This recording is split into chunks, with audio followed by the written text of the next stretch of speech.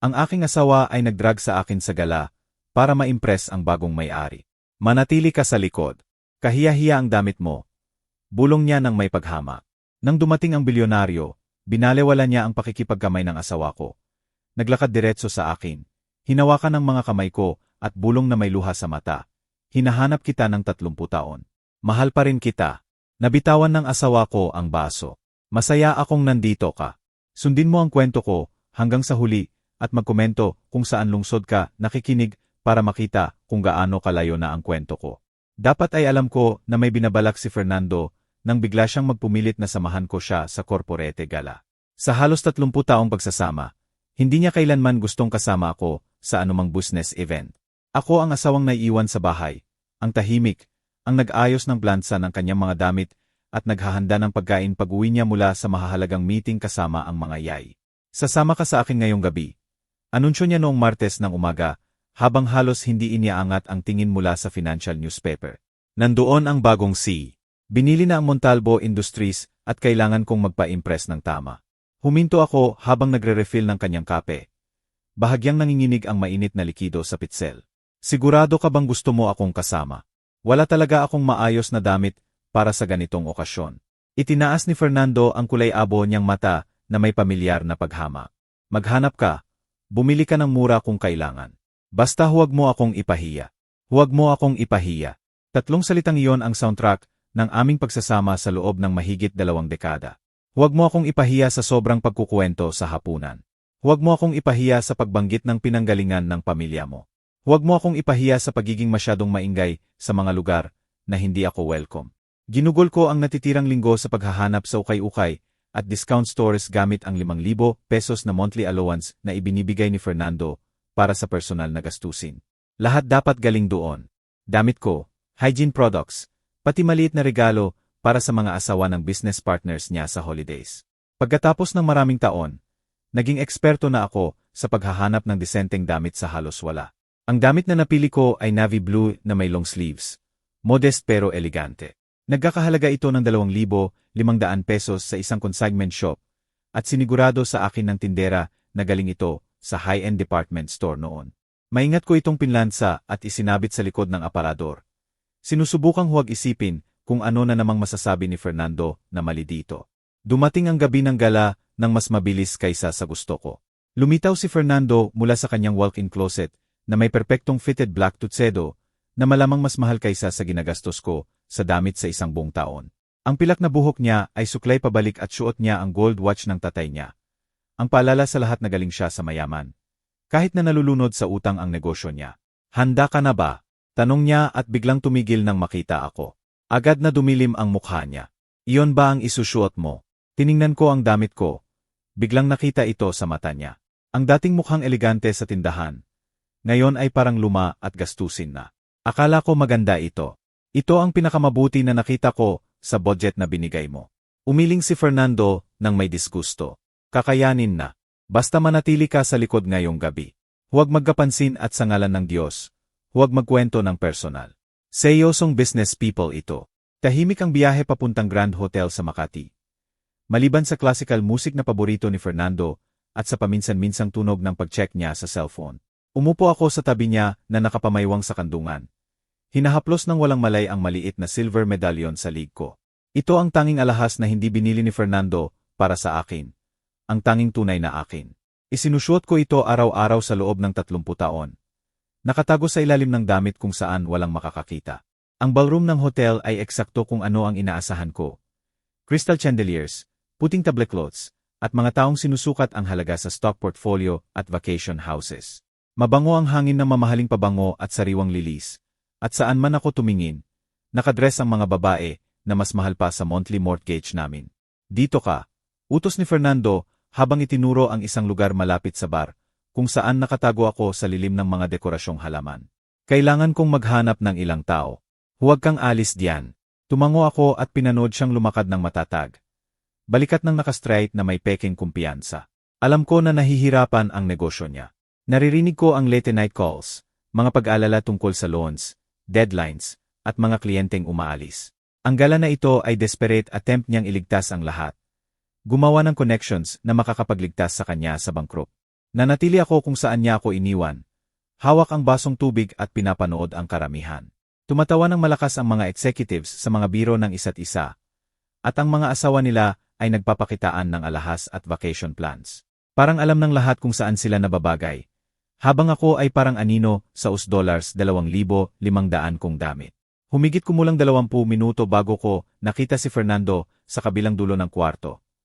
Nagpapahiwatig ng wildly sa grupo ng mga lalaki na nakamahal na suites. Namumula ang mukha niya sa pagsisikap at makikita ko ang desperasyon sa galaw niya kahit malayo. Kahit ano ang sinusubukan niyang ibenta, hindi binibili. Pagkatapos, nagbago ang energy sa kwarto. Huminto ang usapan at lumingon ang mga ulo sa main entrance.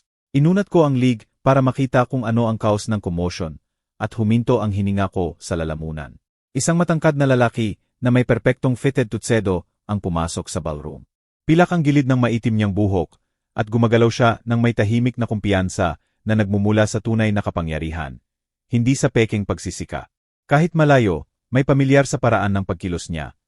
Isang bagay na nagpatibok ng puso ko nang hindi ko naramdaman sa loob ng mga dekada.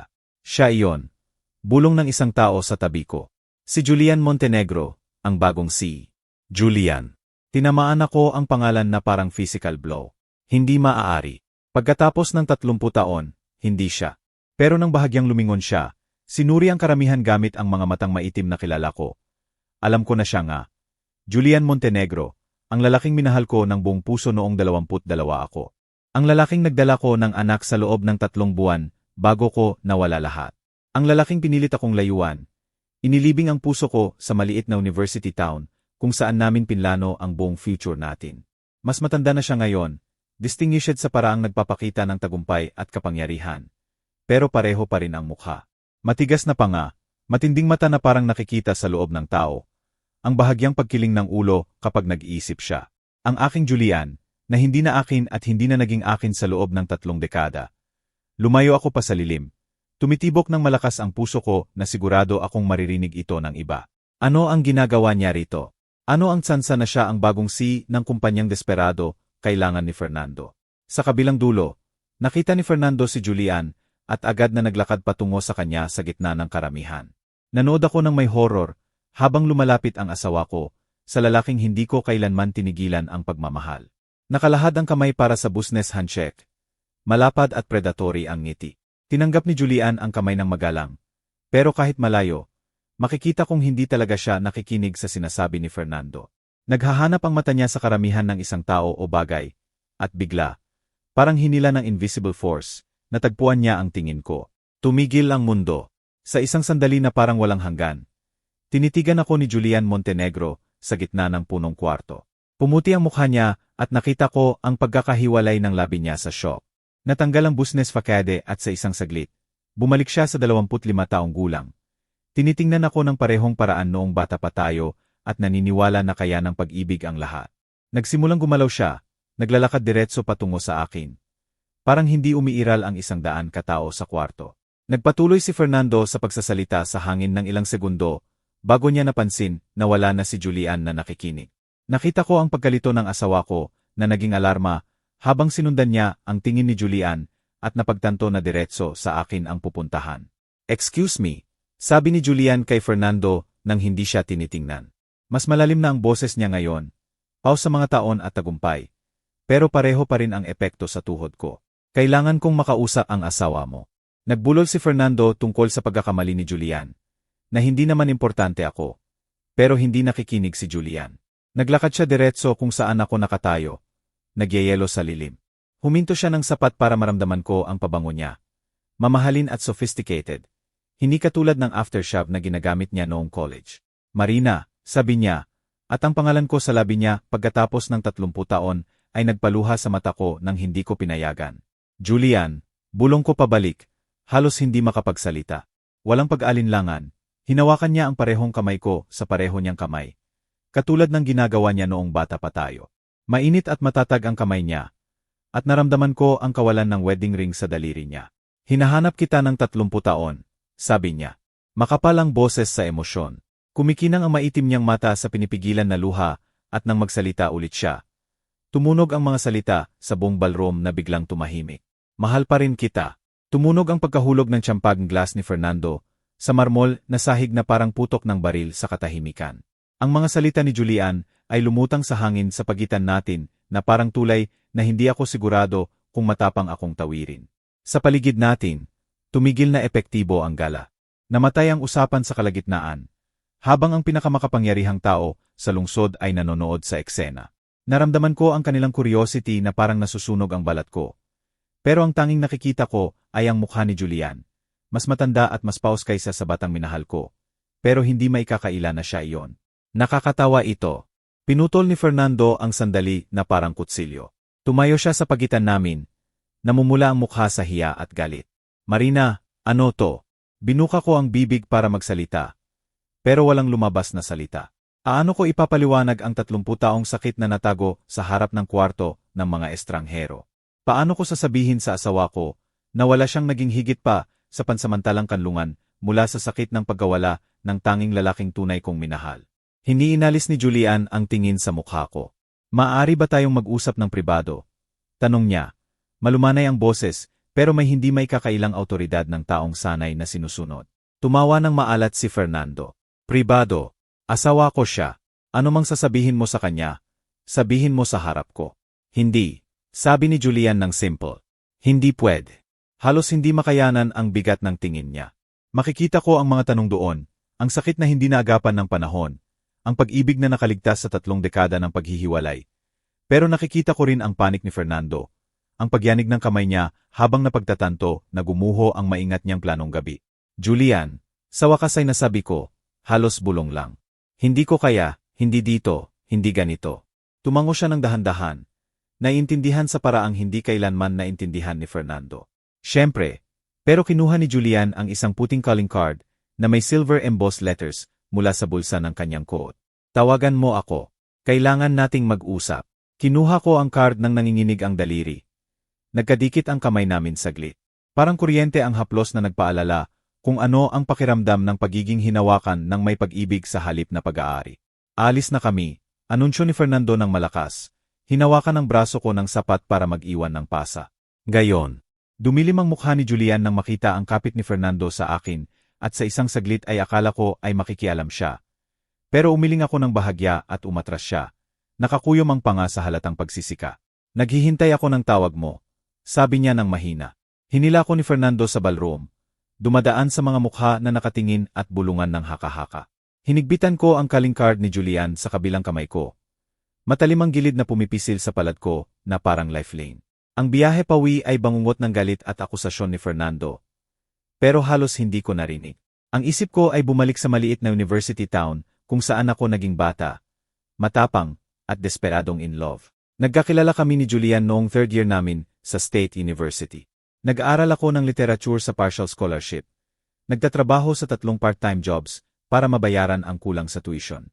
Siya ay nasa business school, matalino at ambisyoso, pero mabait sa paraang nagulat sa akin. Dapat ay hindi napapansin ng mga mayamang lalaki ang mga babaeng scholar tulad ko. Pero napansin ako ni Julian. Ang unang usapan namin ay sa library noong finals week. Nakahiga ako sa 3 upuan, napapaligiran ng textbooks at empty coffee cups. Nang lumapit siya na may bahagyang pagkiling ng ulo na nangangahulugang malalim ang iniisip. Parang kailangan mo ng tunay na pagkain. Sabi niya at mainit ang boses sa amusement. Sarado ang kantin sa loob ng 20 minuto.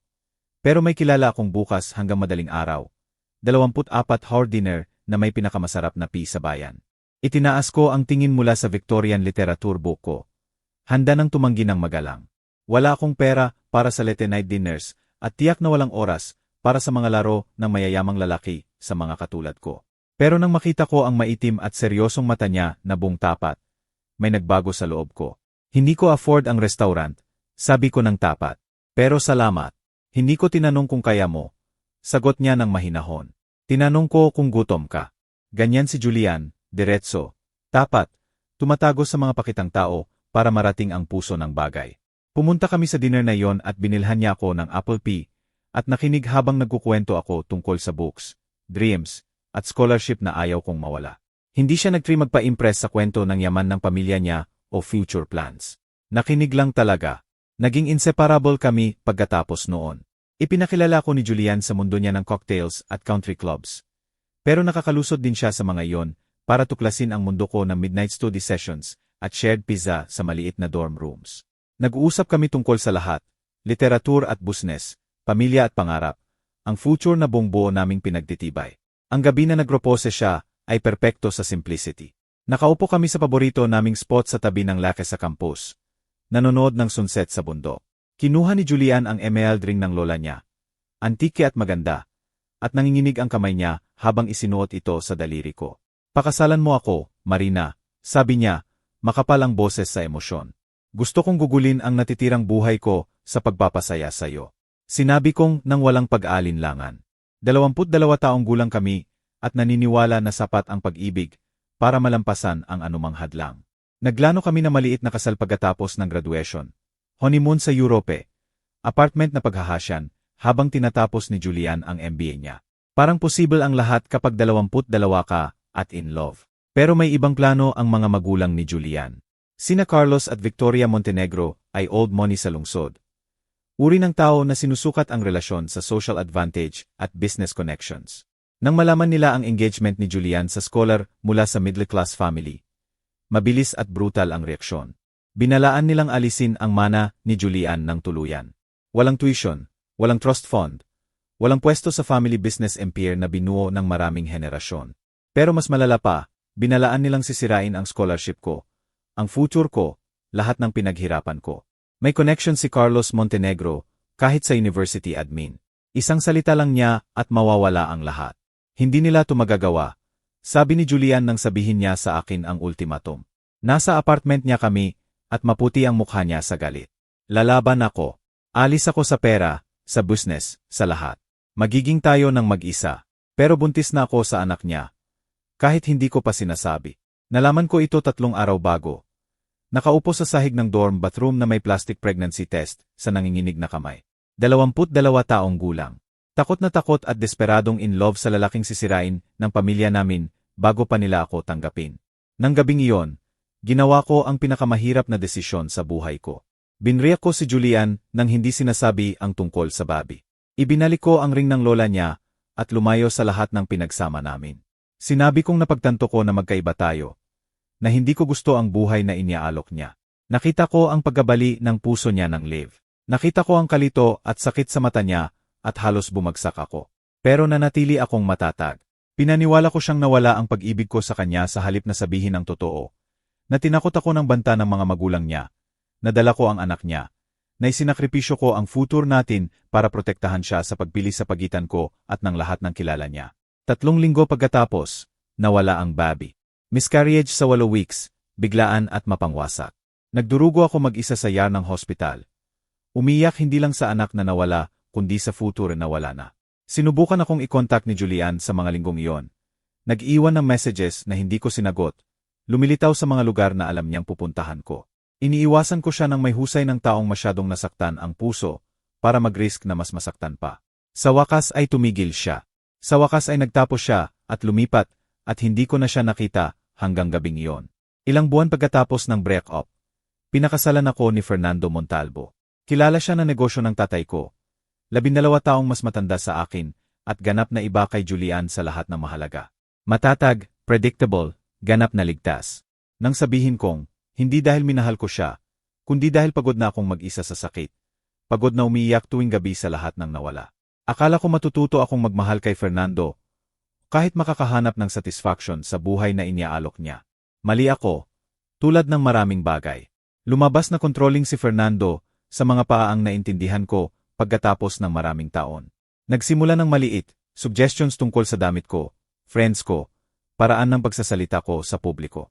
Unti-unti naging demands iyon. Pagkatapos ay ultimatum. Inihiwalay niya ako sa college friends ko. Pinaniwala na mas mababa ang pamilya ko sa circle niya. Ginawa akong financially dependent sa monthly allowance niya. Ang naisip kong proteksyon ay naging possession. Sa halos 30 taon, nabuhay ako bilang asawa ni Fernando. Ginaganap ang role na isinulat niya para sa akin. Natuto akong tumahimik sa dinners, magdamit ng naayon sa business events niya. Humingi ng permiso bago gumastos o magplano. Naging uri ako ng babaeng humihingi ng paumanhin sa pagiging masyadong maingay sa mga lugar na hindi siya welcome. Pero hindi ko kailanman nakalimutan si Julian. Daladala ko ang love story namin sa loob ko, na parang lihim na sugat na hindi kailanman gumaling. Binabasa ko ang business news ng regular. Sinusundan ang career niya mula sa malayo, habang binubuo niya ang sariling empire nang walang tulong ng mga magulang. Ipinagdiriwang ko ang mga tagumpay niya at nalulungkot sa mga failure mula sa malayo. Laging nagtatanong kung naalala pa ba niya ako. Ngayon, nakaupo sa kotse ni Fernando, habang siya'y nagagalit tungkol sa hiya na idinulot ko. Hinigbitan ko ang calling card ni Julian at naramdaman ang isang bagay na hindi ko naramdaman sa mga dekada. Pag-asa. Ang calling card ay parang apoy sa kamay ko, habang nakaupo ako sa kwarto namin ng gabing iyon. Tinitingnan ang simpleng puting rectangle na may silver embossed letters. Julian Montenegro, C ng Montenegro Industries, isang numero, isang email, 30 taon ng paghihiwalay na nabawasan sa ilang linya ng text. Nagkulong si Fernando sa studio niya pag-uwi namin mula sa gala, at naririnig ko siyang nasa telepono kasama ang business partners. Pataas-baba ang boses sa desperate explanations. Makapal ang dingding ng bahay namin, pero hindi sapat para i-block ang panic niya. Nakasalalay ang lahat sa meeting ngayong gabi kasama ang bagong C, at sa halip na masikir ang contract, nakita niya ang nakaraan ng asawa niya na sumabog sa kasalukuyan na parang bomba. Dapat sinabi ko sa kanya years ago. Dapat binanggit ko ng kasual sa breakfast o sa isa sa tahimik naming dinners na minsan nakilala ko ang isang Julian Montenegro. Pero paano mo ipapaliwanag na nagpakasal ka sa isang lalaki habang patuloy na desperadong minamahal ang iba? Paano mo aminin na ang napakaraming taon ng kasal ay itinayo sa pundasyon ng nasirang puso? Inevitable na bumalik ang isip ko sa araw na iyon sa dinner nang ibalik ko kay Julian ang ring ng lola niya. Parang putok ang maliit na tunog ng metal sa kahoy. Nagtaka ko kung hawak pa ba niya ito o ibinalik na sa family jeweler decades ago. Resignado na hindi na ako babalik.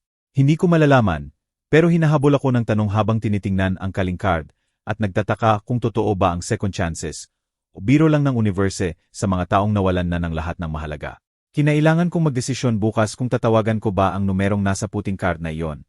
Kung bubuksan ko ang pinto na isinara ko 3 dekada na ang nakalipas, ng bata, buntis, at takot ako na isipin kong hindi sulit ang laban para sa pag-ibig. Ang tanong ay kung matapang na ba ako ngayon, para malaman kung ano ang maaring naging iba kung pinili kong lumaban sa halip na tumakas. 3 gabi akong hindi nakatulog.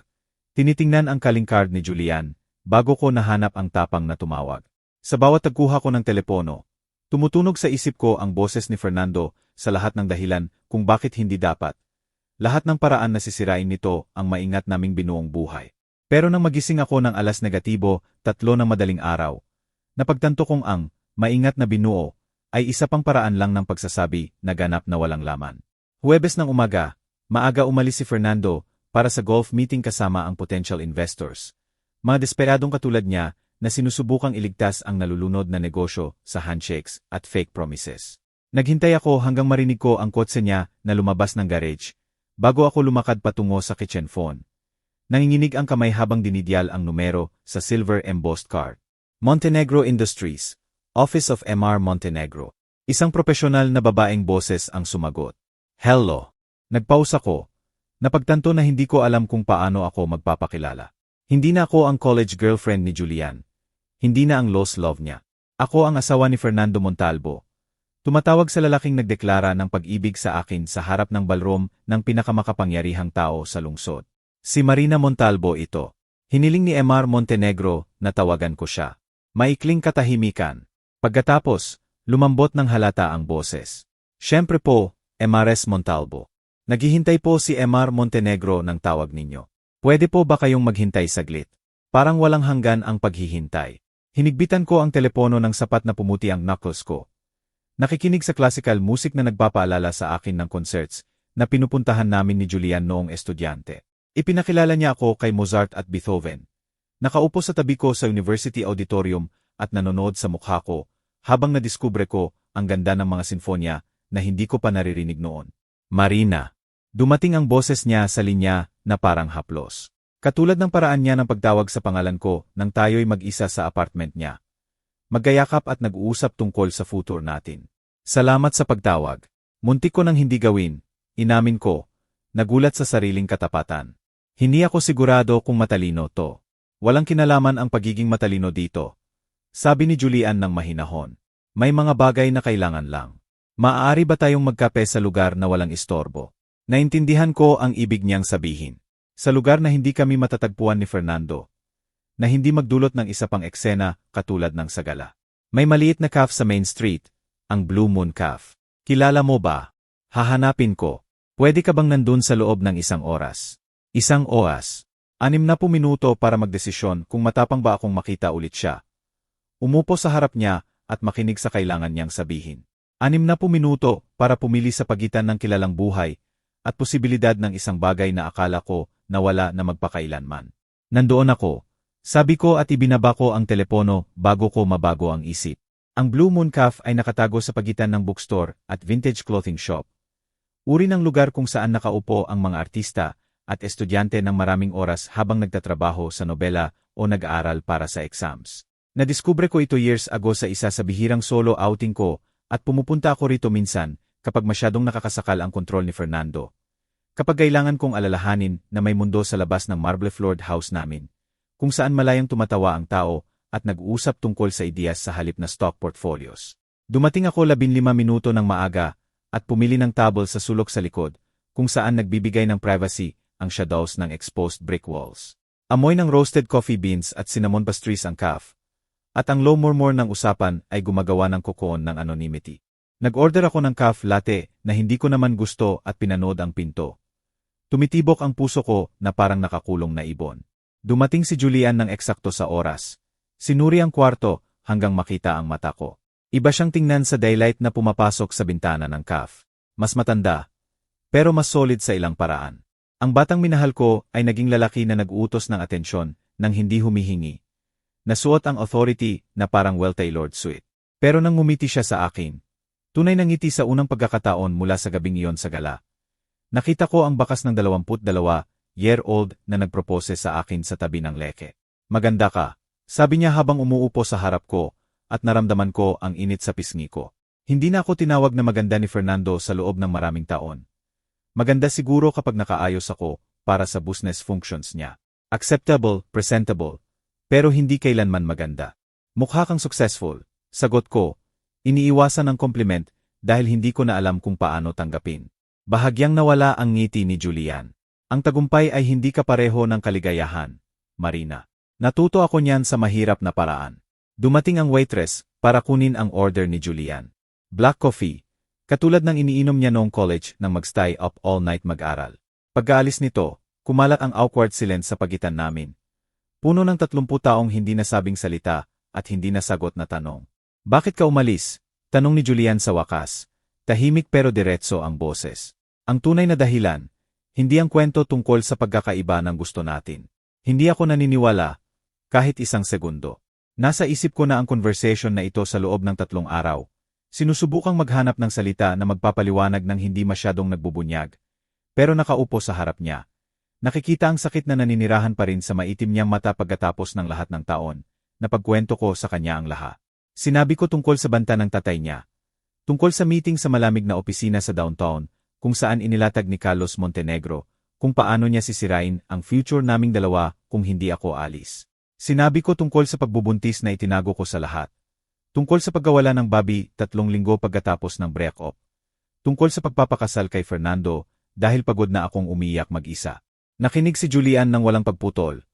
Pumuputi ang mukha niya sa bawat revelation. Nang matapos ako, umupo siya sa stone silence ng mahabang sandali. Nakakuyom ang mga kamao sa maliit na table ng cafe. Binantaan ka ng tatay ko, sabi niya sa wakas, mortal na tahimik ang boses. At buntis ka sa anak ko. Tumango ako, hindi makapagsalita. Diyos ko, Marina. Pinahiran ni Julian ang buhok niya gamit ang parehong kamay. Isang galaw na naalala ko kapag overwhelmed o frustrated siya. Bakit hindi mo sinabi sa akin? Bakit hindi ka pumunta sa akin? Dahil 22 taong gulang ako at takot na takot. Sabi ko ng halos bulong.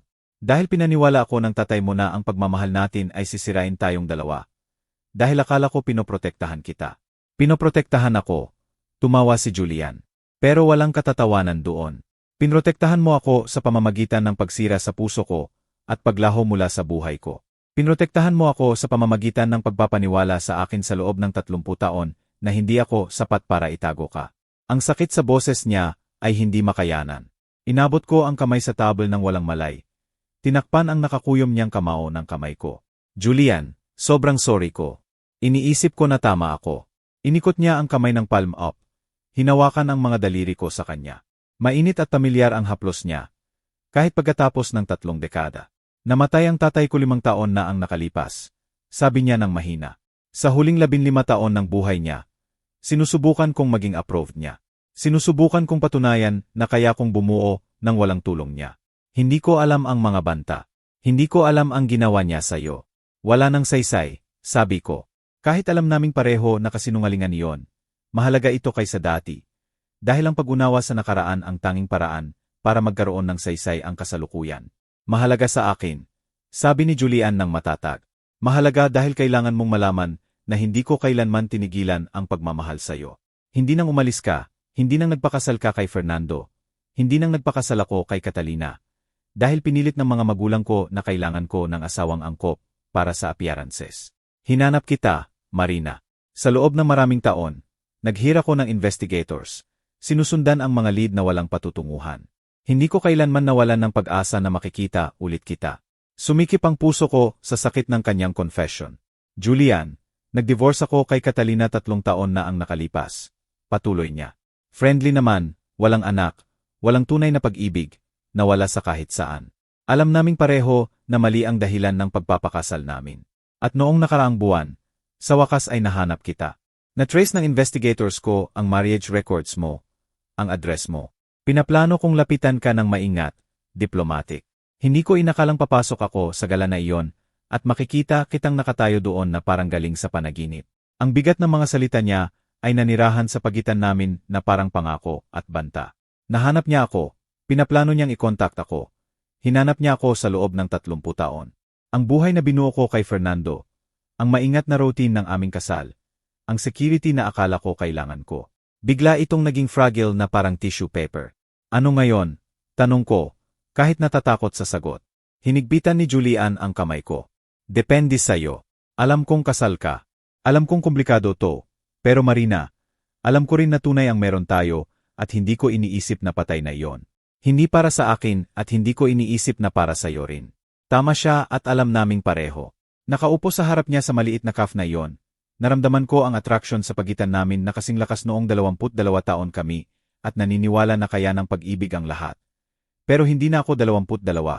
52 na ako at kasal sa lalaking kumukontrol sa bawat aspeto ng buhay ko na hindi ako papayagang umalis ng walang laban.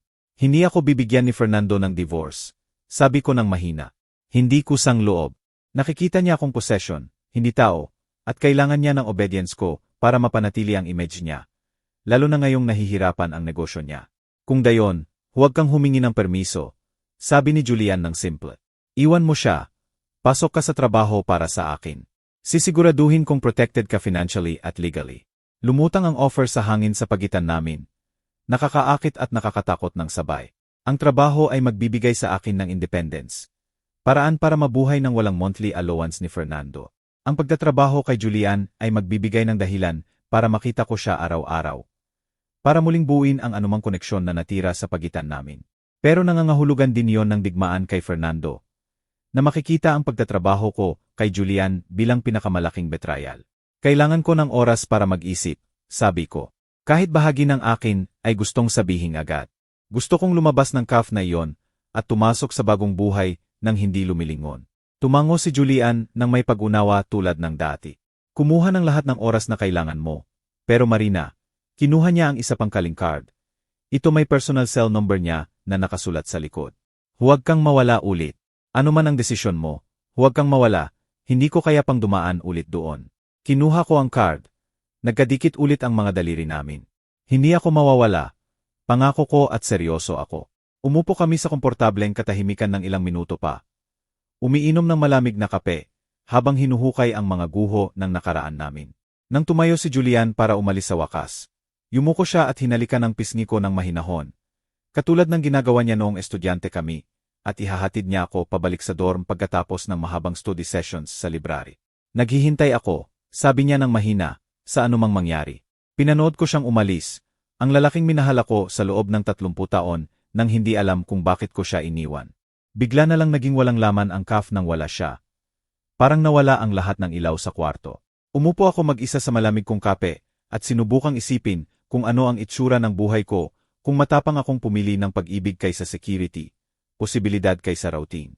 Ang daan pauwi ay gulo ng traffic at mabilis na iniisip. Itinago ko ang calling card ni Julian sa bag ko, kasama ang una na ibinigay niya sa gala, at naramdaman ko ang mga ito na parang lihim na tibok. Sa pagpasok ko sa driveway namin, halos nakumbinsi ko ang sarili na kaya ko. Na masasabi ko kay Fernando na alis ako. Natatanggapin ko ang trabaho sa kumpanya ni Julian. Natapos na ang kasal namin. Pero naghihintay si Fernando sa kusina nang pumasok ako sa pinto, at isang tingin sa mukha niya ay nagsabi na baka hindi na akin ang desisyon pagkatapos ng lahat. Saan ka galing? Demand niya. Matulis ang boses sa hinala at galit na halos hindi mapigilan. Nagkape lang ako. Sabi ko nang maingat. Isinabit ang bag sa hook sa tabi ng pinto at sinusubukang magmukhang kasyual na inosente. Kailangan ko lang makalabas ng bahay sandali. Cap. Inulit ni Fernando ang salita na parang foreign concept. 3 oras ako sa labas, mas matagal kaysa sa napansin ko. Iba ang galaw ng oras kapag hinuhukay mo ang 30 taong buried feelings. Sinusubukang unawain ang mga desisyon na naghubog sa buong adult life mo. May mga errands pa ako pagkatapos. Sinungaling ako ng maayos. Pamimili, dry cleaning, mga dati. Lumapit si Fernando. Sinusuri ng kulay abo niyang mata ang mukha ko para sa signs ng pagsisinungaling. Pamimili, sabi niya. Nasaan nga? Lumubog ang tiyan ko. Masyado akong abala sa iniisip tungkol kay Julian. Masyadong overwhelmed sa usapan namin. Kaya diretso ako umuwi ng walang tigil kahit saan. Nakalimutan ko kunin. Ano ang iniisip mo? Mapanganib na tahimik ang boses ni Fernando. Ang tono na ginagamit niya kapag sinusubukan niyang kontrolin ang temper sa publiko. Ano kaya ang sobrang importante na nakalimutan mo ang tanging sinabi mong gagawin? Makikita ko ang trap na sumasarang sa paligid ko. Makikita ko ang hinala ni Fernando na nagkikristal sa isang bagay na mas mapanganib. Lagi na siyang seloso, possessive. Pero ang encounter sa gala kay Julian ay nag-trigger ng isang primitive na bagay sa kanya. Alam niyang nawawala ang kontrol at ang lalaking katulad ni Fernando ay gagawin ang lahat para mapanatili ang dominance sa itinuturing niyang property. Wala namang importante, sabi ko ng mahina. Kinamumuhian ang sarili sa familiar na pagsuko. Sorry, babalik ako sa labas at kukunin ang mga pinamili ngayon. Hindi. Hinawakan ni Fernando ang braso ko. Ang mga daliri ay tumutusok sa laman ng sapat para mag-iwan ng pasa. Hindi ka alis kahit saan, hindi ngayon o bukas, hanggang hindi ko nalalaman kung ano ang nangyayari sa pagitan mo at ni Julian Montenegro. Sa isang sandali, nagkatitigan kami sa kusina ng marble-floored house na binili ni Fernando para ipakita ang tagumpay niya. Makikita ko ang reflection ko sa mata niya, at ang nakita ko doon ay hindi asawa o kompanyon o tao man lang. Ang nakita ko ay possession na nangahas na magkaroon ng sariling kalooban, at hindi kailanman naging uri ni Fernando Montalvo ang lalaking magtitiis sa pagsuway. Doon ko napagtanto ng malinaw na ang pagpili kay Julian ay hindi lang tungkol sa pag-ibig o second chances o paghilom ng lumang sugat. Ito ay tungkol sa survival dahil ang pananatili kay Fernando ay dahan-dahang papatayin ang bawat bahagi ng akin na buhay pa at masyado na akong nagbigay ng maraming taon ng buhay ko. Hinigpitan ni Fernando ang kapit sa braso ko hanggang makaramdam ako ng sakit at nakita ko ang isang flash sa mukha niya. Kasiyahan sa sakit ko. Ito ang tingin na nakita ko noon. Kahit lagi kong sinasabi sa sarili na naiisip ko lang. Nararamdaman ni Fernando Montalvo ang kasiyahan sa discomfort ko, sa obedience ko, sa maliliit na paraan na maipapakita niya ang kapangyarihan niya sa akin. Bitawan mo ako, sabi ko ng mahina. Sinusubukan ang tubig ng rebellion sa unang pagkakataon sa mga dekada. O ano? Malamig at predatory ang ngiti ni Fernando. Tatawagan mo ang boyfriend mo. Tatakbo ka kay Julian Montenegro at sasabihin mo kung gaano kasama ang asawa mo. Ang pang-asar sa boses niya ay dinisenyo para maging pakiramdam ko na tanga. Childish, na parang ang feelings ko ay walang kwentang pantasya. Ito ang teknike na pimperfect niya sa mga taon. Dismiss, diminish, control. Pero may nagbago sa akin mula nang umupo ako sa harap ni Julian sa cafe na iyon. Mula nang malaman ang totoo kung bakit nawasak ang pag-ibig namin. Bitawan mo ako. Ulit ko, mas malakas na ang boses. Pagkatapos na mahabang sandali, pinag-aralan ni Fernando ang mukha ko. Pagkatapos ay binawi ang braso ko ng sapat na lakas para matumba ako pabalik. Sa tingin mo in love ka? Sabi niya. Ang boses ay naglalaman ng pang-asar sa edad ko at pagkilos na parang teenager sa unang crush. Nakakaawa, Marina, tunay na nakakaawa. Kinuskos ko ang pulang marka na iniwan ng mga daliri niya sa braso ko. Mga marka na magiging purple bruises bukas. Ang nakakaawa ay ang lalaking kailangang saktan ang asawa para maramdaman ang kapangyarihan. Lumabas ang mga salita bago ko mapigilan at nakita ko ang mukha ni Fernando na pumuti sa galit. Sa napakaraming taon ng kasal, hindi ko siya kailanman kinausap ng ganito. Hindi ko kailanman hinamon ng direkta ang authority niya. Alam naming pareho na may fundamental na nagbago sa pagitan namin at walang balik sa maingat na sayaw ng dominasyon at submission na nag-define sa relasyon namin. Gusto mo bang malaman kung ano ang nakakaawa? Sabi ni Fernando, mababa at mapanganibang boses. Hayaan mo akong sabihin sa iyo ang tungkol sa nakakaawa. 30 taon hinanap ka ni Julian Montenegro. 30 taon ng private investigators at false leads at desperate searches. At alam mo ba kung ano talagang nakakaawa? Alam ko kung saan ka buong panahon. Tinamaan ako ang mga salita na parang physical blow. Ano?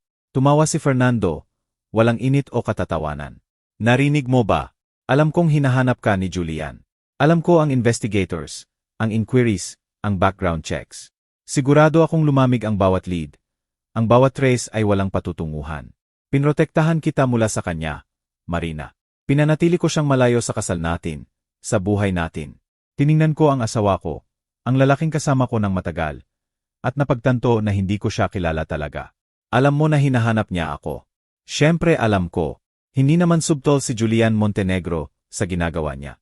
Ang pera ay may boses, darling, at hindi naman diskit ang mga investigators niya sa inquiries. Inayos ni Fernando ang necktie, isang galaw na karaniwang nagpapahiwatig ng pagbabalik sa civilized behavior. Pero nanatiling malamig at kalkulating ang mata niya. Ang unang inquiry ay dumating ilang buwan pagkatapos namin magpakasal. Isang private detective na tumatawag. Nagtatanong tungkol sa'yo. Hindi mahirap malaman kung sino ang nasa likod. Naramdaman kong nanghina ang mga binti ko at hinawakan ko ang gilid ng kitchen counter para makapaghawak. Hindi mo sinabi sa akin. Bakit ko sasabihin? Para tumakbo ka pabalik sa college boyfriend mo. Para sirain mo ang kasal natin para sa ilang romantic fantasy. Umiling si Fernando nang may paghamak. Pinrotektahan ko ang relasyon natin, Marina. Pinrotektahan kita mula sa paggawa ng malaking pagkakamali. Pinrotektahan mo ang sarili mo. Dumaloy sa akin ang pagkaunawa na parang malamig na tubig. Alam mo na kung nahanap ako ni Julian. Kung sinabi niya ang totoo kung bakit tayo naghiwalay, iwan mo ako. Matalim na parang kutsilyo ang ngiti ni Fernando. At gagawin mo yon kung lumitaw si Julian sa pintuan natin 0 years ago, 20 years ago. Iwan mo ba ako para sa kanya? Ang tapat na sagot ay, at alam naming pareho. Kahit sa pinakamalalim na kawalan ng saya kasama si Fernando, kahit sa mga taon na parang life sentence ang kasal namin, para sa mga krimeng hindi ko naalala, iwan ko siya para kay Julian nang walang pag-aalinlangan. Alam iyon ni Fernando. Umaasa siya sa kawalan ng alam ko para mapanatili akong nakulong. Paano? Tanong ko, halos bulong. Paano mo pinigilan ang mga investigators? Pera, mostly bribes, false information, dead ends. Kamanghamanghang kung ano ang gagawin ng tao sa tamang presyo. Nagbuhos si Fernando ng whiskey mula sa bote sa kitchen counter. Kaswal at walang pakialam ang galaw niya. Parang kinag-usapan lang namin ang panahon sa halip na 30 taon ng systematic manipulation. May connections din ako, Marina. Business partners na may utang sa akin, na makakapagpawalang bisa ng mga problema sa tamang konsiderasyon. Naisip ko si Julian na nakaupo sa harap ko sa cafe na sinasabi kung paano niya ako hinanap sa loob ng maraming taon, na hindi niya nawalan ng pag-asa na makita ako. Lahat ng taon ng investigation, ng pagsunod sa mga lead na walang patutunguhan, ng pag-hire ng detective after detective na binigyan ng false information dahil binayaran sila ng asawa ko para magsinungaling. Sinira mo rin ang buhay niya. Napagtanto ko nang may lumalaking horror. Hindi lang ako pinanatili mo palayo sa kanya. Pinahirapan mo siya sa loob ng 30 taon sa pamamagitan ng pagpapaniwala na ayaw ko siyang makita. Iniligtas ko ang buhay niya. Koreksyon ni Fernando ng malamig. Obsessed si Julian Montenegro sa'yo. Marina, ganap na obsessed. Kung hindi ako nakialam, sisirain niya ang buong future niya. Hinahabol ang babaeng nagpatuloy na pumili ng ibang landas. Hindi kita pinili, sabi ko. Ang totoo ay dumadaloy na parang lason mula sa lumang sugat. Nagkibit balikat ako sa'yo. Nagpakasal ako sa'yo dahil nasira ako, mag-isa, at akala ko hindi ko deserve ang mas mabuti. Pero hindi kita tunay na pinili, Fernando. Sa unang pagkakataon sa usapan namin, mukhang tunay na nasaktan si Fernando. Hindi galit, hindi calculating, hindi controlling, kundi tunay na nasaktan sa mga salita ko. Napakaraming taon ng kasal, sabi niya ng mahina. Napakaraming taon ng pagbibigay sa'yo, pagprotekta, pagbibigay ng lahat ng maaaring kailanganin mo. At ito ang kapalit. Paghamak. Tinawag mo yung pagbibigay. Sabi ko, lumalakas ang boses sa bawat salita. Tinawag ko iyong pagbili ng obedience. Binigyan mo ako ng bahay at allowance at role na gampanan. Pero hindi mo ako binigyan ng pagpipilian. Hindi mo ako binigyan ng kalayaan. Hindi mo man lang ako binigyan ng basic respect ng katapatan. Katapatan. Tumawa ng mapait si Fernando. Gusto mo ng katapatan. Narito ang katapatan para sa'yo. Hindi ka minamahal ni Julian Montenegro, Marina. Minamahal niya ang memory mo. Ang fantasy ng kung sino ka noong 22 ka. 30 taon na siyang humahabol sa multo, at kapag napagtanto niyang ang babaeng nasa harap niya ngayon ay hindi na ang babaeng naalala niya. Mawawala siya ng kasing bilis ng pagdating niya. Dinisenyo ang mga salita para saktan. Para magduda ako sa sarili ko, kay Julian, at sa posibilidad ng ibang buhay. Pero sa halip na pahinain ang determinasyon ko, ang kalupitan ni Fernando ay nagpalakas lang nito. Dahil alam ko sa pinakamalalim na bahagi ng sarili ko na mali siya. Hindi si Julian na in love sa 22-year-old ako, ulit sa gala na iyon. Tiningnan niya ako kung paano ako ngayon. Pagod at minarkahan ng mga taon ng emotional abuse at gayunpaman sinabi niya na mahal pa rin niya ako. Mali ka, sabi ko ng simple. Ako ang tama. Hayaan mo akong magtanong, Marina. Kapag napagtanto ni Julian na hindi ka na ang sweet college girl na naalala niya, kapag nakita niyang pinabayaan mo ang sarili mo, na naging eksakto ang uri ng middle-aged housewife na hindi niya kailanman pipiliin para sa sarili niya, talagang naniniwala ka na magmamahal pa rin siya sa'yo. Tiningnan ko ang asawa ko, ang lalaking sumira ng sistematiko sa self-confidence ko sa loob ng maraming taon. At naramdaman ko ang isang bagay na nabali sa loob ko na parang tensyon na cable na sa wakas ay sumuko sa sobrang pressure. Alam mo ba, Fernando, wala akong pakialam kung mahal pa rin ako ni Julian o hindi. Wala akong pakialam kung magbabago ang isip niya bukas at magdesisyon na tama ka. Dahil kahit papaano, binigyan niya ako ng pagpipilian. Nag-alok siya ng pagkakataon na magdesisyon para sa sarili ko kung ano ang gusto ko sa halip na manipulahin at kontrolin ako para sumunod. Kinuha ko ang mga calling cards ni Julian mula sa bag ko. Pareho. At inilagay sa kitchen counter sa pagitan namin na parang declaration of war. Nag-alok si Julian ng trabaho, financial independence. Ang pagkakataon na bumuo ng buhay na akin. Hindi sa lalaking iniisip na pag-aari niya ako. Nanahimik ng husto ang mukha ni Fernando. Hindi mo tatanggapin ang trabahong iyon. Tatanggapin ko. Hindi, Marina, hindi mo gagawin. Bumaba ang boses ni Fernando sa tahimik at mapanganib na tono na ginagamit niya kapag malapit na siyang magbanta. Dahil kung susubukan mong iwan ako, kung susubukan mong magtrabaho para kay Julian Montenegro o kahit kanino, sisirain kita financially. Sisiguraduhin kong wala kang makukuha sa divorce settlement. Itatagal kita sa korte ng maraming taon hanggang tumanda ka at maging mahirap para magsimula ulit. Naroon ang totoo tungkol sa kasal namin na inilatag. Walang pag-ibig, walang companionship, kahit affection, puro property at control, backed by threat of economic destruction. Hindi kailanman minahal ako ni Fernando. Kinolekta niya ako katulad ng pagkolekta niya ng expensive art at vintage wines, bilang simbolo ng kanyang tagumpay at good taste. Subukan mo, sabi ko, nagula sa kalmadong tunog ng boses ko. Pero mas maraming pera at mas magagaling na abogado si Julian kaysa sayo. At hindi tulad mo, hindi niya kailangang sirain ang tao para maramdaman ang kapangyarihan. Ang pagbanggit sa superior resources ni Julian ay tinamaan si Fernando na parang physical blow. Namula ang mukha niya at makikita ko ang veins sa noo niya na tumitibok sa repressed na galit. Kinamumuhian ni Fernando Montalvo na ipinaalala na siya ay novio Richie. Na ang pera at status niya ay recent acquisitions na itinayo sa leverage debt at desperate schemes. Kinakatawan ni Julian ang lahat ng aspiration ni Fernando na hindi niya kayang abutin. Old money, real power, success na hindi dependent sa pagdurog ng iba. Lumabas ka sa bahay ko, sabi niya sa wakas. Nanginginig ang boses sa halos hindi makontrol na galit. Kung gusto mo, sagot ko at naglakad patungo sa hagdan para mag-empake ng gamit. Babalik ka, sigaw ni Fernando sa likod ko. Malakas nang tumunog sa marble floors at malamig na dingding ng bahay na hindi kailanman naging tahanan. Kapag napagtanto mong hindi ka gusto ni Julian na middle-aged housewife, kapag nalaman mong hindi ka makakasurvive sa totoong mundo nang walang nag-aalaga sa iyo, babalik ka na gumagapang. At baka, kung hihingi ka ng maayos, Isaalang-alang kong tanggapin ka ulit. Huminto ako sa hagdan at tumingin pababa sa asawa ko ng maraming taon. Ang lalaking sistematikong inihiwalay ako sa lahat ng minahal ko, na nagsinungaling sa akin sa loob ng 3 dekada tungkol sa mga pagsisikap ni Julian na hanapin ako.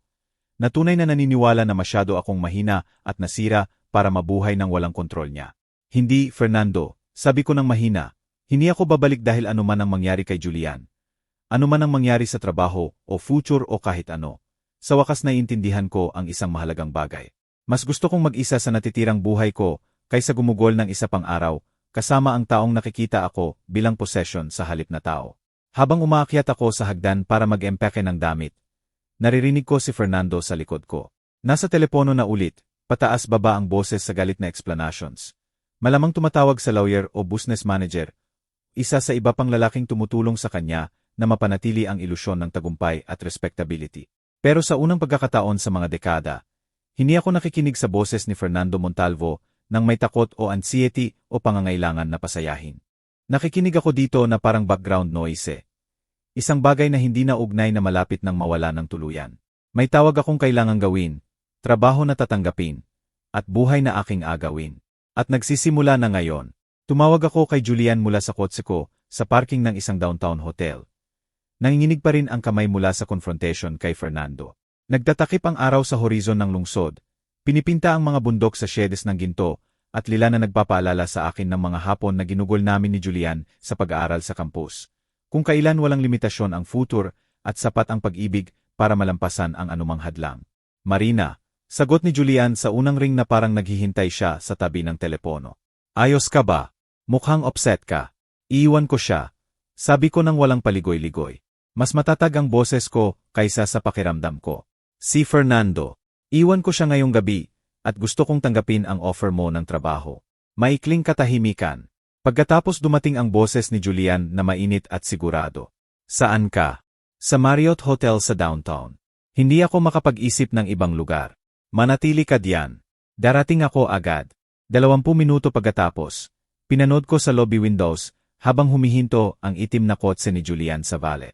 Lumitaw siya na naka-jeans at simpleng gray sweater.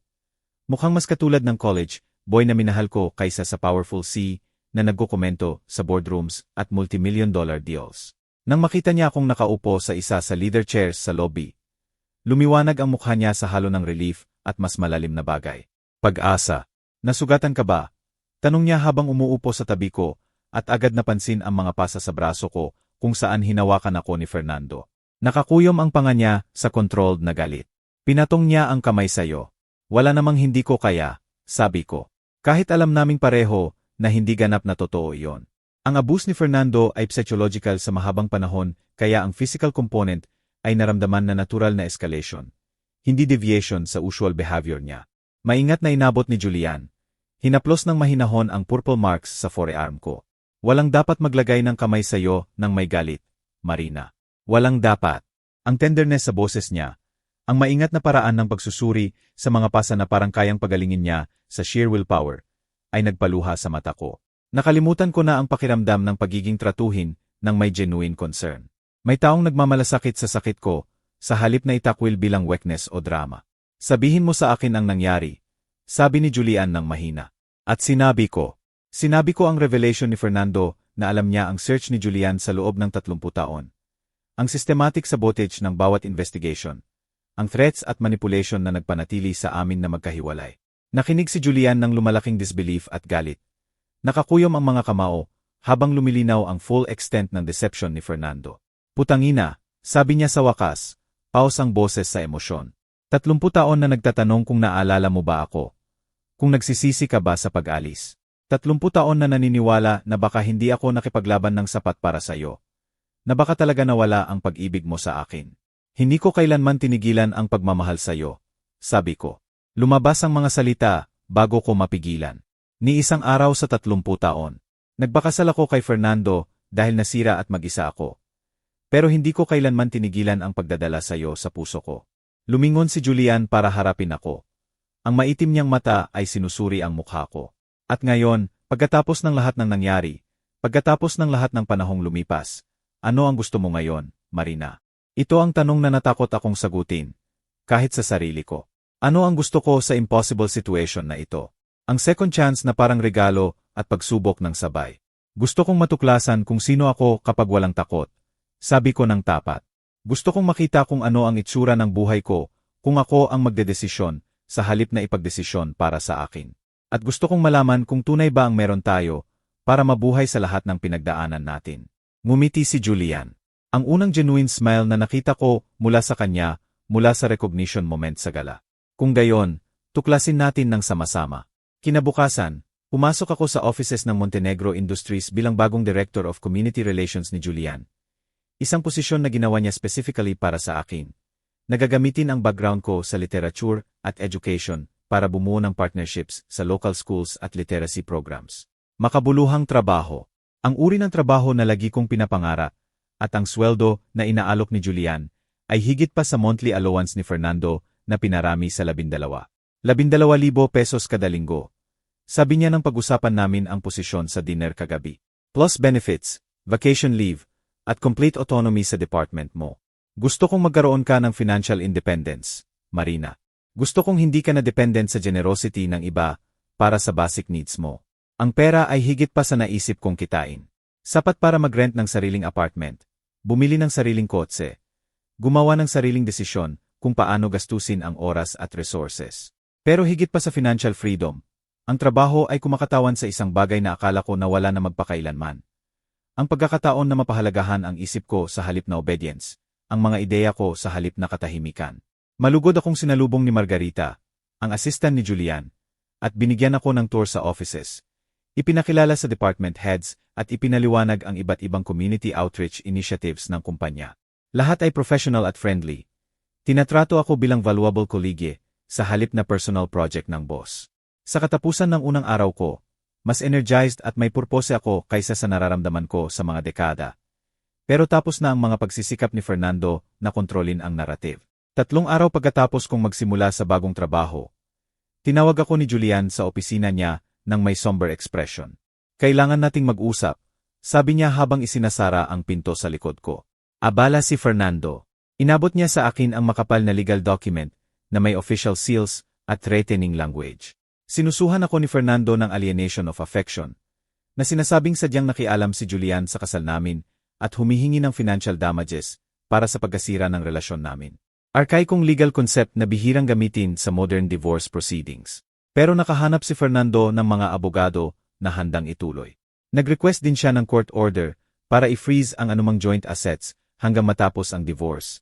Patuloy ni Julian. Bank accounts, credit cards, pati ang kotse na dinadala mo. Sinusubukan niyang putulin ang access mo sa lahat. Umupo ako sa upuan sa harap ng desk ni Julian. Naramdaman ng familiar na bigat ng manipulation ni Fernando na naninirahan sa akin na parang nakakabulol na kumot. Kahit sinusubukan kong makawala sa kontrol niya, nakakahanap siya ng bagong paraan para matrap ako. Bagong methods para ipaalala ang dependence ko sa generosity niya. Gusto niyang gumapang akong bumalik. Sabi ko ng mahina. Iniisip niyang kung gagawin niya akong desperate at takot ng sapat. Susuko ako at babalik sa kanya. Umupo si Julian sa gilid ng desk niya. Sapat na malapit para makita ko ang determinasyon na nag-aapoy sa maitim niyang mata. Kung gayon hindi kanya kilala ng mabuti. Pero Marina, may isa pang bagay. Isang bagay na maaring magpalit sa buong sitwasyon. Kinuha niya ang isa pang set ng documents. Ito may letterhead ng prestigious law firm sa downtown. Pinag-imbestigahan ng mga abogado ko ang business practices ni Fernando. Partikular ang real estate investments niya sa nakaraang dekada. Lumalabas na naglalaro siya ng napakapanganib na laro sa pera ng iba. Tiningnan ko ang mga papel. Sinusubukang unawain ang legal language at financial terminology. Anong klaseng laro? Yung maaring magdala sa kanya sa federal prison. Sabi ni Julian ng seryoso. Ginagamit ni Fernando ang development company niya bilang front para sa money laundering operations. Maruming pera mula sa iba-ibang sources. Ini-invest sa real estate projects niya at lumalabas na malinis sa kabilang dulo. Nagbuo na ng kese ang FBI laban sa kanya sa loob ng mga buwan. Tinamaan ako ang mga salita na parang physical blow. Si Fernando, sa lahat ng flaws niya, laging mukhang legitimate businessman, kahit hindi particularly successful. Ang ideya na involved siya sa criminal activities ay parang surreal. Tulad ng pagtuklas na ang lalaking kasama ko nang matagal ay estranghero pala. Gaano katagal mo nang alam to? Tanong ko. Nagsospek ako na may mali sa finances niya nang magsimula akong mag-investigate sa kumpanya niya para sa possible contracts. Inamin ni Julian. Hindi nagmatch ang numbers, questionable ang funding sources. Pero wala akong proof hanggang mag-deep dive ang mga abogado ko. Nanatili akong nakatitig sa documents. Naunawaan ang implications ng sinasabi ni Julian. Kung maesto si Fernando sa money laundering, ma-freeze ang assets niya, isasara ang business niya, at magiging irrelevant ang anumang claim niya laban sa akin sa divorce. Pero nangangahulugan din yon na ang lalaking pinakasalan ko, kahit gaano kasama ang kasal namin, ay kriminal na gumagamit ng tahanan at kasal namin bilang cover para sa illegal activities. Ano ang gagawin natin? Tanong ko. Maingat na neutral ang ekspresyon ni Julian. Pero makikita ko ang proteksyon sa mata niya. Ang parehong fierce determination na nagpalakas sa kanya na hanapin ako sa loob ng 30 taon. Wala tayong gagawin. Gagawin ng FBI ang trabaho nila at haharapin ni Fernando ang consequences ng mga desisyon niya. Pero Marina, kailangan mong intindihin na kapag lumabas to, at malapit nang lumabas, maraming media attention. Ang kasal mo kay Fernando ay susuriin. Ang connection mo sa akin ay magiging public knowledge. Magiging uncomfortable sa ilang panahon. Naisip ko ang bahay na binahagi ko kay Fernando. Ang marble floors at expensive furniture na mukhang binili sa laundered money. Naisip ko ang charity galas na pinuntahan namin. Ang business partners na in-entertain namin. Lahat bahagi ng elaborate facade ng respectability ni Fernando. Gaano karami sa buhay namin ang itinayo sa mga sinungaling na hindi ko alam. Wala akong pakialam sa media attention. Sabi ko sa wakas. Mahalaga sa akin ang paggawa ng tama. At ang tama ay hayaan ang katotohanan na lumabas. Ano man ang ibig sabihin yon kay Fernando o sa akin. Tumango si Julian. May parang pride na kumikinang sa mukha niya. Ang babaeng minahal ko 30 taon na ang nakalipas ay sasabihin din ang eksaktong bagay. 2 linggo pagkatapos, inaesto si Fernando Montalvo sa opisina niya sa charges ng money laundering, fraud, at tax evasion. Malawakang binabalita ng local news ang story. Focus sa dramatic fall ng prominent businessman sa lungsod at milyon-milyong illegal transactions na nag-finance sa real estate empire niya. Ang divorce proceedings namin ay naging footnote lang sa mas malaking criminal case, na ang mga abogado ni Fernando ay masyadong abala sa pagpapanatili niya sa labas ng federal prison kaysa ituloy ang mga harassment suits laban sa akin. Pinanood ko ang news coverage mula sa penthouse apartment ni Julian, kung saan ako nanatili mula nang umalis ako sa hotel. Surreal ang pakiramdam na makita si Fernando na nakaposas. Inilalabas sa building kung saan siya nagnegosyo sa loob ng mga dekada. Ang lalaking kumontrol sa bawat aspeto ng buhay ko sa loob ng maraming taon ay mukhang maliit at takot sa Hindi na siya ang intimidating figure na nagdominate sa kasal namin. Ano ang nararamdaman mo? Tanong ni Julian habang umuupo sa tabi ko sa sofa nang lumipat ang news anchor sa ibang stories. Laya, sabi ko, nagulat sa katapatan ng sagot. Sa unang pagkakataon sa mga dekada, ganap akong malaya. Inabot ni Julian ang kamay ko. Natural na nagkadikit ang mga daliri namin. Malaya para sa ano? Tiningnan ko ang lalaking minahal ako sa loob ng 30 taon, na nagbigay sa akin ng trabaho at financial independence at pagkakataon na matuklasan kung sino ako nang walang takot. Nagtaka ako kung hawak pa ba niya ang ring ng lola niya. Ang ibinalik ko sa dinner noon. Baka naitago niya ito na naghihintay katulad ng paghihintay niya sa akin. Malaya para malaman kung posible bang magmahal ulit sa parehong tao ng 2 beses, sabi ko ng mahina. Ang ngiti ni Julian ay sapat na sagot. 8 buwan pagkatapos, nakatayo ako sa harap ng salamin sa bridal suite ng Four Seasons Hotel.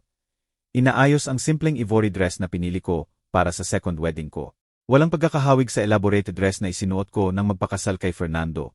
Walang train, walang veil, walang desperate attempt na kumbinsihin ang sarili na ang mamahaling tela ay magpapalit ng marriage of convenience sa love story.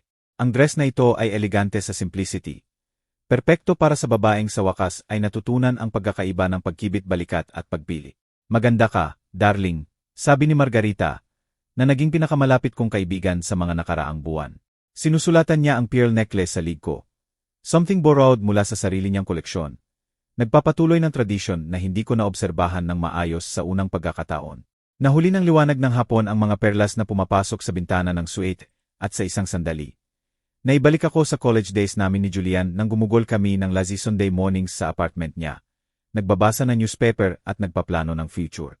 Bata pa kami noon, siguradong ang pag-ibig ang tanging ingredient para sa happy ending. Ngayon, naiintindihan ko na ang pag-ibig ay simula lang. ang pundasyon kung saan binubuo ang trust, respect, companionship, at ang libu-libong maliliit na desisyon na gumagawa ng buhay na sulit na paghahasyan. Nerbiyos ka ba? Tanong ni Margarita habang lumalayo para humanga sa trabaho niya. Excited. Koeksyon ko at napagtanto na totoo iyon. Nang magpakasal ako kay Fernando noon, nombako sa sakit at desperate para sa security. Ngayon, pinapakasalan ko si Julian dahil pinili ko. Dahil gusto kong gugulin ang natitirang taon, kasama ang lalaking tapat na nagmamahal sa akin sa loob ng 3 dekada ng paghihiwalay. Isang mahinang katok sa pinto ang nag-interrupt sa mga iniisip ko. Pasok, sagot ko. Umaasa na ang wedding coordinator o baka si Daniela, ang kapatid na babae ni Julian, na lumipad mula sa ibang lungsod para sa ceremony. Sa halip, pumasok si Julian mismo sa kwarto. Mukhang nakakamanghang gwapo sa charcoal gray suit niya. Gumawa si Margarita ng sound ng disapproval sa lalamunan. Julian Montenegro, alam mong hindi dapat makita ang bride bago ang ceremony, saway niya. Bad luck. Hiniinalis ni Julian ang tingin sa mukha ko habang ngumingiti sa protesta ni Margarita. Pagkatapos ng 30 taon ng bad luck, sa tingin ko deserve namin ni Marina ang good fortune. Bukod pa, may dala ako na pag-aari niya. Kinuha niya sa bulsa ng coat ang maliit na velvet bots na agad kong nakilala. Ito ang parehong bots mula 31 taon na ang nakalipas. Ang naglalaman ng emerald ring ng lola niya nang magpropose siya sa tabi ng leke. Naputol ang hininga ko. Nang buksan niya ito, nahuli ng liwanag ang emerald ring ng eksakto tulad ng noon sa tabi ng tubig.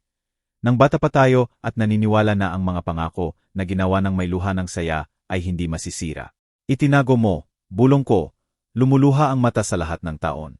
Siyempre itinago ko, sabi ni Julian ng mahina, hinawakan ang left hand ko sa kanya. Ang ring na ito ay palaging sayo, Marina. Naghihintay ito sayo buong panahon, katulad ko. Habang isinuot niya ang emerald sa daliri ko kung saan ito nababagay. Naintindihan ko na may mga pangako na mas malakas kaysa sa mga puwersang sumusubok na sirain ito. May mga pag-ibig na sapat na pasensya para maghintay ng 30 taon para sa second chance. Bagay pa rin, bulong ko habang nakikita ang emerald na sumasalamin sa liwanag ng hapon. May mga bagay na itinakda. Sagot ni Julian habang itinataas ang kamay ko para halikan ang ring ng mahinahon. Pinunasan ni Margarita ang mga mata gamit ang panyo. Nagmumura tungkol sa hormonal reactions sa romantic gestures. Pero nakangiti habang inilalabas si Julian patungo sa pinto. Lumabas ka na, utos niya. Kailangan pa ng bride ng 5 minuto at kailangan mong makarating sa altar bago magtaka ang mga bisita kung nagbago ka ng isip. Huminto si Julian sa threshold. Tinitingnan ako ng payahong expression na mayroon siya sa gala 8 months ago. Wonder mixed with gratitude. Na parang hindi pa rin niya makapaniwala na totoo ako. Ako ang maghihintay sa dulo ng aisle. Sabi niya ng mahina. Alam ko, sagot ko. Naghintay ka ng 30 taon. Pagkaalis niya, nagbigay ako ng huling tingin sa sarili sa salamin. Ang babaeng tumingin pabalik ay mukhang mas matanda kaysa sa 22-year-old bride na nagpakasal kay Fernando. Pero mas malakas din, mas sigurado, mas tunay na masaya kaysa dati. Ito ay hindi babaeng nagkibit balikat sa security o tumakas sa sakit. Ito ay babaeng lumaban ang daan pabalik sa pag-ibig at matapang na agawin ito. Ang ceremony ay ginanap sa garden ng hotel, na may view sa mga bundok na naging background ng college romance namin ni Julian. 50 bisita ang nakaupo sa puting upuan na inayos sa pagitan ng rosal at namumulaklak na puno. Mga kaibigan at kolegyes na tinanggap ako sa mundo ni Julian ng may init at genuine affection. Ito ay lahat ng hindi naging ang kasal kay Fernando. Intimate, joyful, focused sa celebration sa halip na status. Habang naglalakad ako sa petal-covered path, nakita ko si Julian na naghihintay sa altar. Mukhang sumisikat sa kaligayahan. Sa tabi niya ay ang best man niyang si David, college roommate niya, na tumulong sa paghahanap sa akin sa unang mga taon pagkatapos ng break-up namin. Nakilala ko si David noong nakaang buwan at nalaman kong palagi akong pinag-usapan ni Julian sa college days nila. Na kahit pagkatapos ng separation namin, patuloy na naghintay si Julian na magbago ang isip ko at bumalik sa kanya. Hindi kailanman tumigil si Julian sa paniniwala na kayo ay meant for each other. Sabi sa akin ni David sa dinner. Kahit nang magpakasal siya kay Catalina, kahit sa divorce, lagi niyang sinasabi na kung makikita ka ulit, gagastusin niya ang natitirang buhay sa pagbayad ng lost time. Ngayon, habang dumarating ako sa altar at hinawakan ni Julian ang mga kamay ko, nakita ko ang pangakong iyon na sumasalamin sa mata niya. Nawalan tayo ng 30 taon dahil sa manipulation ng iba at sarili nating youthful fears. Pero may natitira tayong buhay para gumawa ng bagong memories. Para buuin ang partnership na pinangarap natin ng estudyante pa tayo na may higit na pag-asa kaysa pera. Maikli at deeply personal ang ceremony. Sa halip na generic vows, kami ni Julian ang nagsulat ng sarili naming salita. Mga pangako na nag-acknowledge ng sakit ng separation namin at miracle ng re-encounter. Nang magsalita si Julian tungkol sa pagmamahal sa akin sa loob ng 30 taon ng kawalan. Sa hindi pag-give up sa pag-asa na makakabalik tayo sa isa't isa, walang tuyong mata sa mga bisita. Nangangako akong hindi nahahayaan ang takot na magdesisyon para sa atin. Sabi ko ng turn ko. Nangangako akong magtitiwala na sulit ang pag-ibig na labanan. Sulit na piliin ito araw-araw. Sulit na maniwala dito, kahit imposible ang tingin. Nang ideklara kami ng officiant na mag-asawa, hinalikan ako ni Julian nang may 30 taong longing at gratitude. Sumabog ang garden sa palakpakan at masayang tawa. Pero ang tanging naririnig ko ay ang tibok ng puso ko at ang bulong ni Julian sa wakas laban sa labi ko. Sa reception sa ballroom ng hotel, ang paihong space kung saan kami ni Fernando dumalo sa maraming business functions sa loob ng mga taon. Nagpapanggap na masayang mag-asawa habang pinapanatili ang maingat na emotional distance na nag-define sa kasal namin. Ngayong gabi, ang ballroom ay naging magical. Candlelit tables, soft jazz music, at genuine celebration na nangyayari kapag nagkakasama ang tao para saksihan ang tunay na pag-ibig. Sa first dance namin, sumayaw kami ni Julian sa parehong kanta na isinayaw namin sa graduation ball 31 taon na ang nakalipas. As Long As You Love Me Tonight, na may promise ng enduring love at eternal beauty. Naramdaman kong prophetic ngayon sa paraang hindi noon. May pagsisisi ba? Tanong ni Julian habang sumasayaw kami. Matatag at sigurado ang mga braso niya sa paligid ko. Isa lang. Sagot ko nang ngumingiti sa kanya. Pagsisisi na nawala ang 30 taon. Pero hindi ko pinagsisisihan ang daan na nagbalik sa atin. Kung wala ang pinagdaanan natin, baka hindi ko ma-appreciate kung gaano ito ka-precious. Inikot ako ni Julian ng mahinahon at nakuha ko ang sulyap sa mga bisita na nanonood sa amin ng may satisfaction na nagmumula sa pagsaksi sa long-awaited happy ending. Si Margarita ay sumasayaw kay David. Ang mga luha ng saya ay makikita pa sa pisngi. Si Daniela, kapatid na babae ni Julian, ay nasa malalim na usapan sa ilang bagong koliges ko sa Montenegro Industries. Lahat ay tinatrato ako bilang pamilya sa halip na bagong asawa ng boss. Pagkatapos ng formal dances, lumabas kami ni Julian sa terrace ng hotel para sa ilang tahimik na sandali magkasama. Kumikinang ang city skylin sa ibaba namin at sa malayo. Ang mga bundok ay naka-outline laban sa Starfield SKY. Ito ang paihong view na hinangaan ko sa college years namin na mag-drive kami ni Julian sa hills para mag-aral at magpangarap ng future magkasama. Naalala mo ba ang sinasabi natin tungkol sa mga bundok noon? Tanong ni Julian habang sinusundan ang tingin ko. Mumiti ako sa memory na naroon sila sa milyon-milyong taon at mananatili sa milyon-milyon pa. Na may mga bagay na permanent, kahit temporary ang lahat.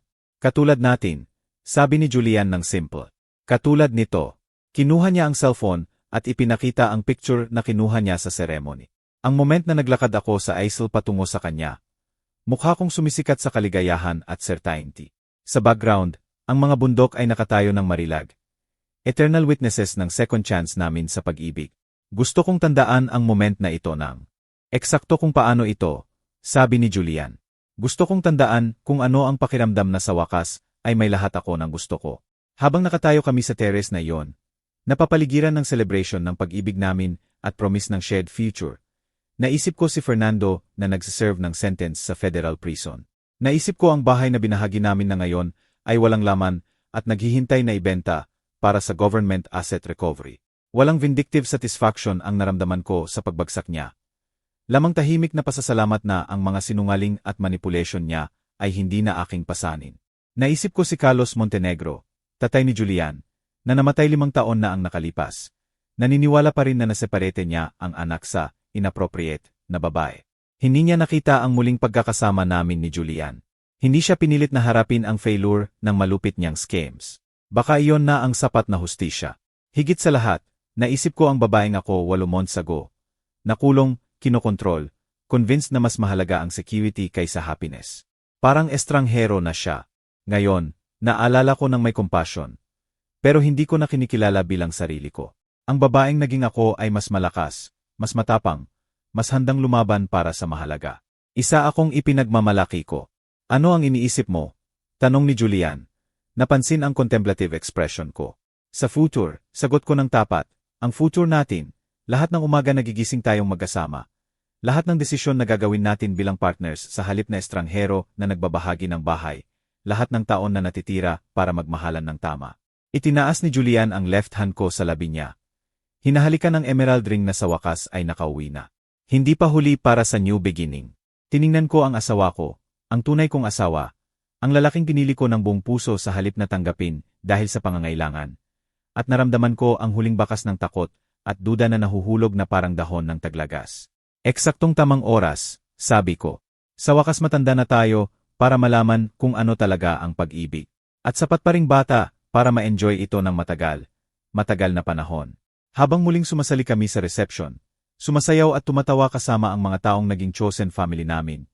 Napagtanto ko na ang ilang kwento ay hindi nagtatapos sa unang "I do." Minsan nagsisimula doon, sa second chances at hard-earned wisdom. At ang pag-unawa na ang tunay na pag-ibig ay sulit na hintayin, sulit na labanan, sulit na piliin ulit at ulit hanggang magawa ng tama. Sa wakas, tama na namin ni Julian ito at may natitira kaming buhay para ipagdiwang ang milagro na iyon. Ngayon naman, curious ako sa iyo na nakikinig sa kwento ko. Ano ang gagawin mo kung ikaw ang nasa lugar ko? Nagdaan ka ba sa katulad nito? Iwan mo sa comments. At habang tayo'y nandito, iniiwan ko sa screen ang dalawang iba pang kwento na favorite sa channel at siguradong magpapagulat sa iyo. Kung ginawa kang mag-isip ang kwentong ito tungkol sa second chances sa pag-ibig, kung paano minsan binibigyan tayo ng buhay ng pagkakataon na mabawi ang akala nating nawala magpakailanman. Sabihin mo sa comments kung ano ang opinyon mo. Naniniwala ka ba sa second chances? Nagkaroon ka ba ng pagpili sa pagitan ng security at pagsunod sa puso? Gusto kong mabasa ang kwento mo. Huwag kalimutang i-like ang video kung tumama sa puso mo. Mag-subscribe sa channel at i-on ang bell para hindi mo makaligtaan ang alinman sa mga kwento namin. I-share ang video sa taong kailangang makinig, na hindi kailanman huli para magsimula ulit. Salamat sa pagsama sa akin hanggang sa katapusan.